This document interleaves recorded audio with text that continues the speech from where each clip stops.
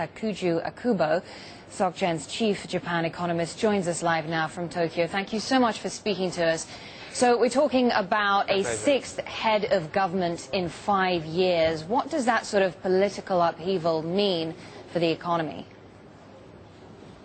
Right. Well, as you said, I think the frequent change in prime minister is certainly negative. But I think in this case, I think Japan and Japanese population should actually feel happy that Naoto Kan is resigning. His performance as a prime minister hasn't been particularly great. I would say one of the worst I have seen. Why is that? Well, I think he committed actually two sins. One more famous one is that his mishandling of the rescue of the after disaster. I think he did many things wrong, such as he actually almost caused another power outage in summer when he announced that the nuclear power plant shouldn't be restarted before the stress test. So that's one thing. But another bigger sin is actually more long-term. So last year he lost the upper house election by a landslide, and that really put Japanese politics in a very difficult situation. So now you have upper house controlled by opposition party, lower house controlled by ruling party. And with this split, there's no way that Japan can make any meaningful structural changes. So what needs to happen now?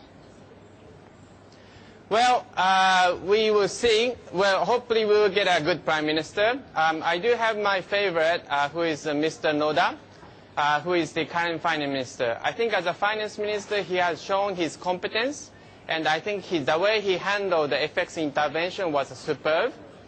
So I would, and he's also a fiscal hawk. So I would support him. Whether he become a prime minister is hard to say for now.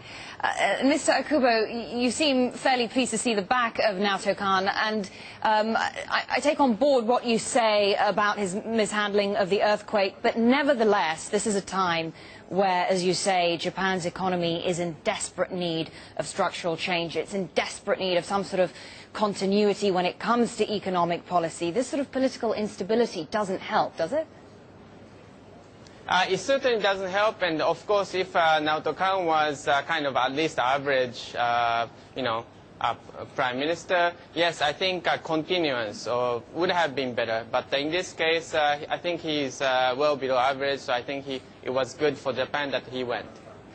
Okay, thanks very much indeed. Some strong views there from Takuji Okubo of SocGen.